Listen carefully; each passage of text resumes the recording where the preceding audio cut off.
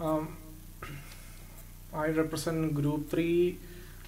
Actually, I was forced to be the leader. Maybe it's because I am the youngest one. They all pointed to me. Uh, uh, but we had a good time in prayer. Now our group had Sony Chetan, Selina Auntie, Molly Auntie, Daisy Auntie, and myself, Binu. Uh, we started praying in tongues. Initially,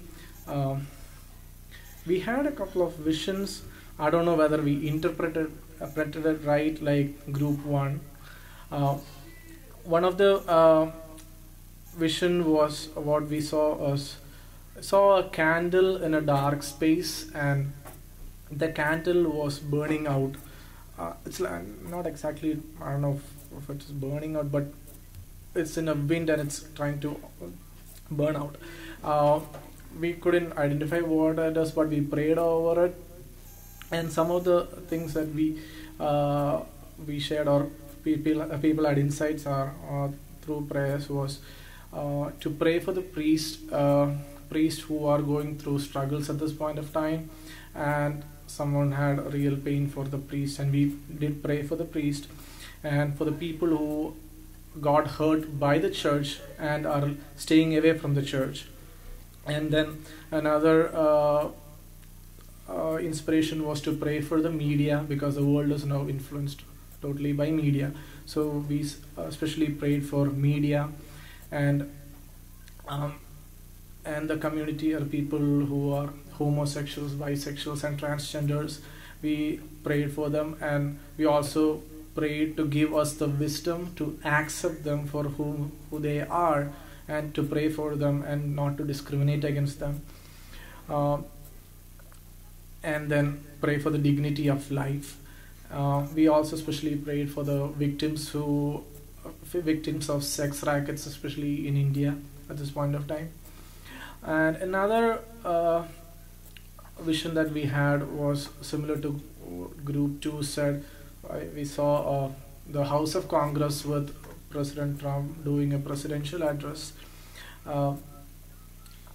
and based on that, when we did pray for the government, and we did pray for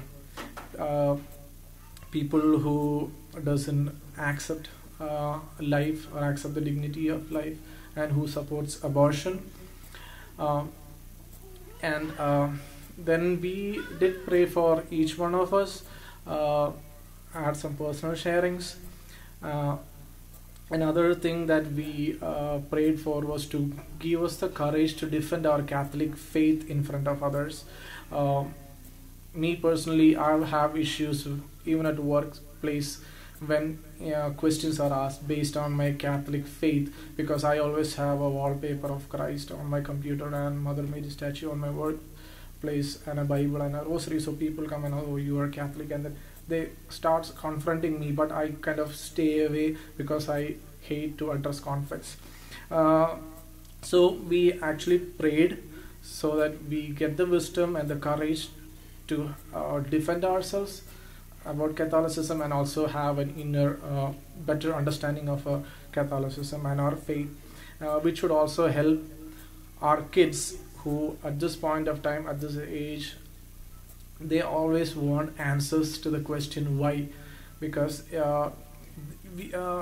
me personally, I was imposed, or I am a person who followed Catholicism through culture, Indian culture, forced upon my parents. I never went through reasoning, but kids at this day and age, especially in this country, they always want answers. Especially when I work with most of the youth, they always ask questions and they really need an answer to it, and if you cannot answer them, then they are not convinced, but the world always gives them answers out there. So that is something that we prayed for, so that we study the gospel more often and equip ourselves, probably read apologetics and stuff. And another vision we had was a hen with chicks, കോഴി വിത്ത് കോഴിക്കുഞ്ഞുങ്ങൾ chicken തന്നെ അവിടെ പറയുന്നത്. Yeah, oh, whatever. So we prayed chicklings. Okay, sure. Okay, so we prayed over it, and the inspiration that we got was a mother and a teenage girl relationship. We prayed over it because when so that families who has teenage girls, they have a good relationship with their mother when they go out to the world. Mother always helped them. So that is one thing that we prayed, and then we prayed for France, and then for the family and families who are struggling with kids who are youth and who have the fear of kids straying away when they go out to the world. That's pretty much what we got. It was a beautiful time of prayer. How much you prayed? Thank you. Thank you. Give a clap.